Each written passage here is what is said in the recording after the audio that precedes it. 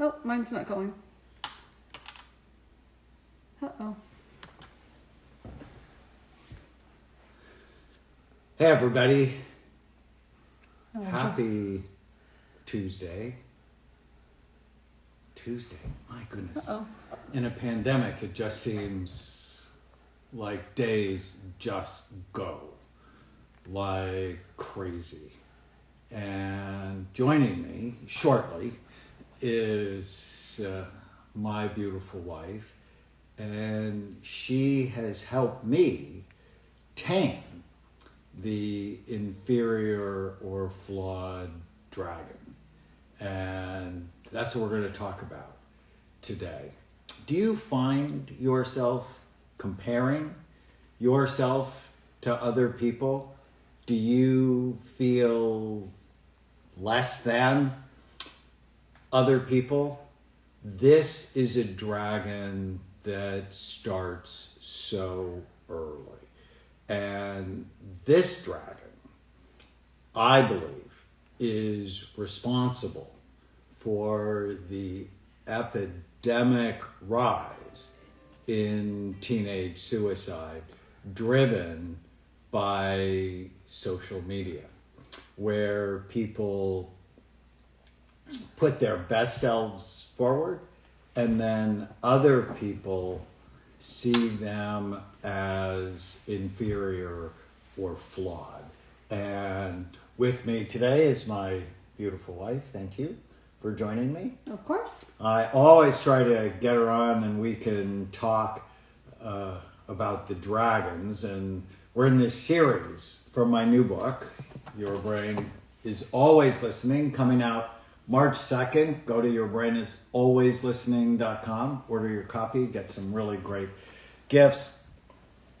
But, you know, as I was going through the dragons from the past, this is one of the really bad dragons. It's so common. Mm-hmm. And don't you find, particularly for teenage girls, it just devastates them? It was like 2 days ago. I was in, Chloe was exercising and she was talking about, she's kind of getting kind of fit. And I'm like, you know, you look really fit, but I'm happy you're not super, like, she's not overly skinny. I see some of these girls around here and she's like, oh, I'm not nearly as fit as the girls at my school.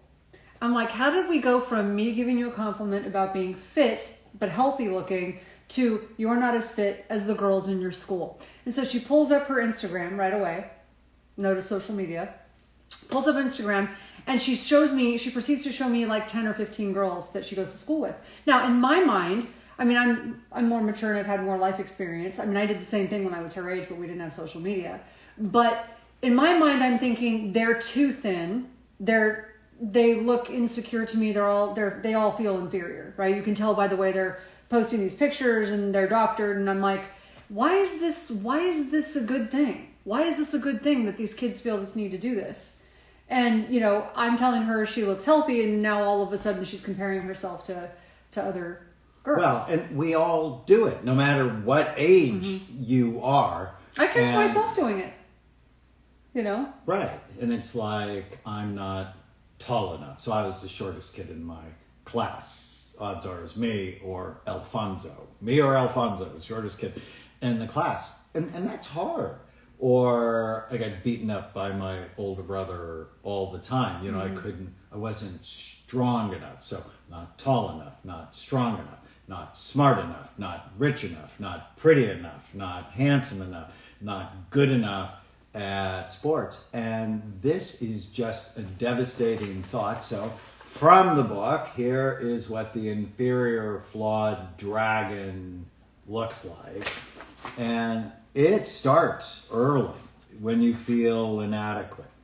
And you struggled in school. You had reading problems when you were really young. So when I was really little, up until about third, fourth grade, I was one of those kids who got held back and put into the special classes, and I always just felt like I was not as smart as everybody else. Yeah, it was really hard. But it caused you to work To hard. work really And hard. You were a hard worker. And I overcame it. Same with me. Yeah. So it can start if you felt damaged, less than. That's the big headline. Do you feel less than others, ability, looks, money, relationships. And in the book, I always talk about what's the origin story. What triggers this dragon? Comparison, comparing yourself to others. And you told me when you were doing Christmas shopping that you just... So we have a colleague, and she's just beautiful. She's my age. And I found myself doing exactly what my daughter does. I'm like, I'm normally aware of this, so I don't succumb to it like I used to when I was young. And all of a sudden I was doing Christmas shopping, and she pops up on my screen, and I'm like, why don't I look like that? She's the same age that I am. And within 5 minutes, I found myself going down that rabbit hole. And I was just... And you are stunningly beautiful to start. So... Well, and all I could see was she didn't have as many wrinkles as I did. So comparing yourself to others, looking in the mirror, although we have this funny thing. I look in the mirror and I go, how can you keep your hands off me? And she looks in the mirror and sees every wrinkle. Oh, yeah, no, he stands in front of the mirror and he's like, he's so cute. How do you stay away from him? And I look in the mirror and I'm like, oh my God, I have another wrinkle today. And so this dragon causes people to feel inferior, can trigger depression, jealousy, oversensitivity, perfectionism, and even taken to its extreme, something we call body dysmorphic disorder, where you really become obsessed with your flaws. I've treated a number of people and they thought, and you worked for a plastic surgeon, you know, if only I had my nose done this way, or only I had my breast done this way. You know, I think working for a plastic surgeon is the cure for body dysmorphia. Because I think I definitely was, like, I had that when I was younger. I was a perfectionist. I had an eating disorder that I struggled silently with for years. But going to work for a plastic surgeon, here's what happens. You realize, because in the back of your mind, you're like, oh, I can change what I don't like. And then you go to work for a plastic surgeon and you realize that what happens is, even when they get good results, they're not happy. And they often don't get as good of results as they were hoping to get. And so either way, it's not always a good thing. There is a part of the brain called the anterior cingulate gyrus that when it works too hard, it's the part of your brain involved in error detection. And so when it works too hard, you notice too many errors in yourself or in other people. I notice and it so everywhere. little serotonin can be so helpful. I always pick the thing that's wrong. I notice the thing that's wrong, like, you know, in my surroundings. So a little serotonin mood support. Yeah, but I feel could be drunk when I have serotonin. Really helpful. So what's the upside? Well, if you were perfect, you'd be gone. And clearly, neither of us are. Accepting your flaws will help you accept others because we all have flaws. This can help you become more humble and more compassionate. Okay, so how do you tame the inferior flawed dragon? Lots of information in the book, but the first thing is you have to stop comparing yourself to others. And you have to stop caring what other people think of you because they are not thinking of you. There's a rule I call the 18-40-60 rule, which says when you're 18, you worry about what everybody's thinking of you. When you're 40, you don't give a damn what anybody thinks about you. And when you're 60, you realize nobody has been thinking about you at all. Share that rule. I teach it to all of my patients. I love that. I also love, and I really meditated on this a lot. I really focused on it until I really got it. It's not anyone else's job to love you. It's yours. So what other people think of you is really none of your business. I learned that from Byron Katie, and it's been really helpful to me. Yeah, and the opposite of this is the superior position, which we'll get to, the judgmental dragon, where you think you know better and you're constantly criticizing other people. And that often means you haven't dealt with your own inferior or flawed dragon. And then stop comparing yourself. So how do you do that? I know that's hard. Be aware of when you do it. Know the comparison triggers and avoid them. Change your focus to something else. Focus on your strengths and accomplishments. Have all my patients do that because they forget it. Where you bring your attention determines how you feel. And don't criticize others. I'm watching some of the comments, and some of you are still stuck on the vaccine issue from last week. And 430,000 Americans have now died from COVID. We're not talking about that now. We're not talking about it. Like, get over it. And avoid mindlessly scrolling social media. That is so important. For each of the dragons, we have what movies they might like. And for the Inferior Flawed, it's the Marvel X-Men mutant characters. Oh, interesting. Like Wolverine and some of the other ones, because those are people who took their flaws and turned them into strengths. You can always compare yourself, right? There's always going to be somebody who has more money than you. Always. Even now, is it Jeff Bezos? Is it Elon Musk? It's no longer $1 billion is no longer the. It's like the goalpost always moves. So right, it's really the happiest people, clearly, because I've treated a lot of billionaires, very wealthy people. They're not that happy. Money doesn't make you happy. Up to $75,000 a year, money's important. Above that level. Has not one. I was thing actually to do with really happiness. surprised to see that some of the people, the wealthiest people that we know, are sometimes the least happy. Right. It's because they haven't learned to manage their mind. It's crazy. And they still, and when asked this one question, well, what would make you twice as happy? And they said 10x. So whatever they were worth was $500,000, $5 million. $50 million.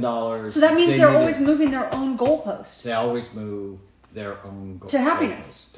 For happiness. It's crazy. And it's the molecule, which we'll talk about, dopamine, is the molecule of more. Is once you have something that really excites you, over time you'll get used to it.